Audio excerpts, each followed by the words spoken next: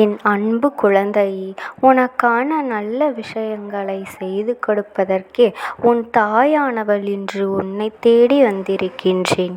என் பிள்ளையே, இன்று உனக்கு ஒரு அவசர செய்தியைத்தான் நான் கொண்டு வந்திருக்கின்றேன். என் தங்கமே, தினமும் உன்னுடைய இல்லத்திற்கு வெளியே இரவு நேரங்களில் ஒருவர் நோட்டமிட்டு சென்று கொண்டே இருக்கின்றார். எதற்காக அடுத்தவர் இல்லத்தை நோட்டமிட வேண்டும்? அங்கே என்ன இருக்கின்றது? அடுத்தவர்கள் வீட்டில் நடப்பதை எதற்காக தெரிந்து கொள்ள நினைக்க வேண்டும்? அப்படியானால் இரவு நேரத்தில் வருவதற்கு என்ன காரணம்? இதை உனக்கு உன் அம்மா சொல்வதற்காகத்தான் இன்று உன்னை தேடி வந்திருக்கின்றேன். இந்த தாயானவள் இது போன்ற செய்தியை உனக்கு சொல்லி உன்னை எச்சரிக்கை கொடுப்பதற்காக வந்திருக்கின்றேன். என் தங்கமே, எனக்கு பயமாக இருக்கின்றதே. இப்படி சொன்னால் இரவு நேரத்தில் இனிமேல் எப்படி உறக்கம் வரும்? வெளியே என்ன நடக்கிறது என்றுதானே பார்க்க தோன்றும். எனக்கு பயம் அதிகமாக வந்துவிடுமே என்று என் பிள்ளை நீ நினைக்கலாம். என் தங்கமே, எல்லாவற்றுக்கும் முன்பாக உனக்கு ஒரு விஷயத்தை சொல்கின்றேன். எந்த சூழ்நிலையிலும் உன்னை காப்பாற்ற உன் தாயானவள் நான் உனக்காக இருக்கின்றேன் என்பதனை மட்டும் நீ மறந்து விடாதே. இதற்கு மேலே என்ன நடக்கிறது என்று நான் சொல்கின்றேன், தெளிவாக கேள். இந்த விஷயத்தை தெரிந்து கொள்ள வேண்டியது கட்டாயம். வீட்டை சுற்றி என்ன நடக்கிறது என்று தெரியாமல் நீ இருந்து கொண்டிருக்கின்றாய். யாராவது திடீரென்று இதை பார்த்து உன்னிடத்தில் சொன்னால் மட்டும்தான் உன்னால் தெரிந்து கொள்ள முடியும். இல்லை என்றால் உனக்கு எப்படி இது போன்ற விஷயங்கள் தெரிய வரும்? இரவில் நீ உறங்கிக் கொண்டிருக்கும் பொழுது வெளியில் நடப்பதை எல்லாம் நீ தெரிந்து கொள்ள வேண்டிய கட்டாயம் உனக்கு இருக்கின்றது அல்லவா? அடுத்தவர்கள் சொல்லி இதை தெரிந்து கொள்வதற்கு இந்த அம்மாவே சொல்லிவிட வேண்டும் என்றுதான் நான் ஓடோடி வந்திருக்கின்றேன். என் தங்கமே, உன்னுடைய இல்லத்தை சுற்றி ஒருவர் வரும் பொழுது சில நேரங்களில் உனக்கே விழிப்பு தட்டுகின்றது. ஆனால் அதை நீ பெரிதாக எடுத்துக்கொள்வதில்லை. சில நேரங்களில் நீ சோதித்தும் பார்த்து இருக்கின்றாய். என்ன சத்தம் கேட்கின்றது? வெளியில் ஏதோ உருட்டுவது போல சத்தம் கேட்கின்றது என்று எட்டி பார்த்திருக்கின்றாய்.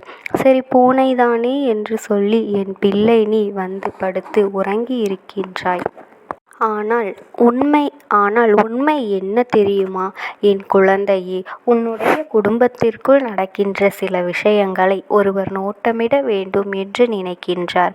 அது மட்டுமல்லாமல் இங்கு என்ன நடக்கின்றது, இதன் மூலமாக எப்படி இவர்கள் வாழ்க்கையில் நமக்கெடுதலை நினைக்கலாம் என்று அவர்கள் எண்ணிக்கொண்டு இருக்கின்றார்கள். இதற்காக அவர்கள் செய்ய நினைக்கின்ற விஷயங்கள் என்ன தெரியுமா? உன்னுடைய இல்லத்தில் செய்வினைகளை வைக்கலாமா? இங்கு நாம் செய்வினைகள் வைத்தால் அது வேலை செய்யுமா? இங்கே தெய்வம் உறுதுணையாக இருக்கின்றதா என்பதை சோதித்து பார்க்கத்தான் நினைக்கின்றார்கள். இதற்காக தினம் அவர்கள் உன் இல்லத்தை நோட்டமிட்டு வருகின்றார்கள். இதில் இன்னொரு காரணமும் இருக்கின்றது. என்ன தெரியுமா? அவர்களுக்கு இதை செய்வதற்கு மனதில் தைரியம் துளியளவும் இல்லை. ஆனால் இதை எப்படியும் செய்துவிட வேண்டும் என்ற எண்ணம் மட்டும் இருக்கின்றது. அதற்காக சுற்றி சுற்றி வந்து கொண்டு இருக்கின்றார்கள். என் தங்கமே, சாதாரண வேளைகளில் உன்னோடு இருக்கக்கூடிய ஒருவர்தான் இது போன்ற செயல்களை செய்கின்றார். சாதாரண வேளைகளில் உன்னோடு இருக்கக்கூடிய ஒருவர்தான் இது போன்ற செயல்களை செய்கின்றார் என்றால் உன்னால் ஏற்றுக்கொள்ள முடியுமா என் தங்கமே? இன்றைய சூழ்நிலை, மனிதர்களின் நிலை இதுதானே. உடன் இருந்து கொண்டு யார் ஒருவர் எல்லா விஷயங்களை அவர்தானே இது போன்ற செயல்களை செய்ய துணிகின்றார்கள். அப்படித்தான் உன் வாழ்க்கையிலும் இன்று நடந்து கொண்டு இருக்கின்றது. இவர் தினமும் வந்து அங்கே என்ன நடக்கின்றது என்று எட்டிப்பார்க்க முயற்சிகளை செய்கின்றார். இரவு நேரமானதால் அங்கு எதுவும் தெரிவதில்லை. செய்வினைகளை செய்தால் இவர்கள் இல்லத்தில் எங்கே போட்டு வைக்கலாம், எந்த இடத்தில் வைக்கலாம் என்று அவர்கள் ஆராய்ச்சி செய்கின்றார்கள். இது போன்று இவர்கள் செய்ய நினைக்கின்ற இந்த விஷயத்தினால் என் குழந்தை, உன்னுடைய வாழ்க்கை என்ன ஆகும் தெரியுமா என் தங்கமே? நமக்கு செய்வினைகள் செய்வதற்கு யாரும் இல்லை. நம்மை கெடுக்கின்ற அளவிற்கு யார் இருக்கப் போகின்றார்கள் என்று என் பிள்ளை நீ நினைத்து கொண்டு சந்தோஷமாக இருக்கின்றாய். ஆனால் உன்னுடைய வாழ்க்கையில் நீ உன்னுடைய முன்னேற்றத்தை மற்றவர்களிடம் சொல்லி இருக்கின்றாய். அதனால் உன்னுடைய முன்னேற்றம் அவர்களுக்கு சிறிதளவும் பிடிக்கவில்லை. அவர்கள் மனம் முழுக்க வயிற்றெரிச்சல்தான் அதிகமாக இருக்கின்றது. எப்படியும் உன்னுடைய முன்னேற்றத்தை தடுத்துவிட வேண்டும் என்று நினைக்கின்றார்கள். அவர்களை விட நீ எங்கே மேலே சென்று விடுவாயோ என்று அவர்கள் நினைக்கின்றார்கள். அதனால் ஏதேனும் ஒரு கெடுதலை செய்துவிடலாம் என்று எண்ணிக்கொண்டு அவர்கள் செய்ய நினைக்கின்றார்கள். என் தங்கமே, இப்படி அவர்கள் செய்ய நினைக்கின்ற விஷயங்கள் தான் இது போன்ற செய்வினைகள். ஆனால் உண்மை என்னவென்றால் அவர்களுக்கு தெரியவில்லை. செய்வினைகள் என்பதை அத்தனை சுலபமாக யாருக்கும் செய்துவிட முடியாது. செய்கின்ற வினை மீண்டும் தனக்கே திரும்பி வந்துவிடும் என்று.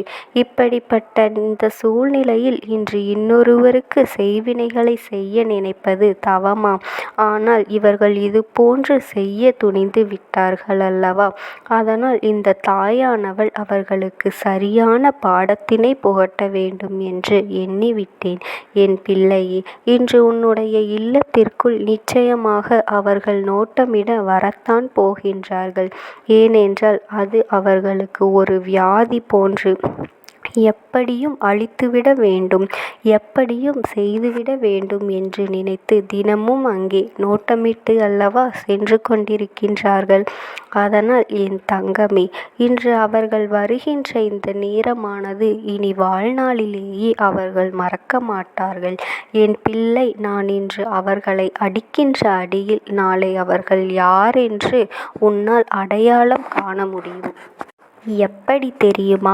யார் ஒருவர், அதுவும் உனக்கு நெருக்கமான ஒருவர் உன்னிடத்தில் வந்து நாளை விடியலிலேயே அதிகமாக எனக்கு மிகவும் தலைவலிக்கிறது என்று சொல்கின்றார்களோ அவர்கள்தான் உனக்கு கெடுதல் செய்ய நினைத்தவர் என்பதனை நீ புரிந்து கொள்ளலாம்.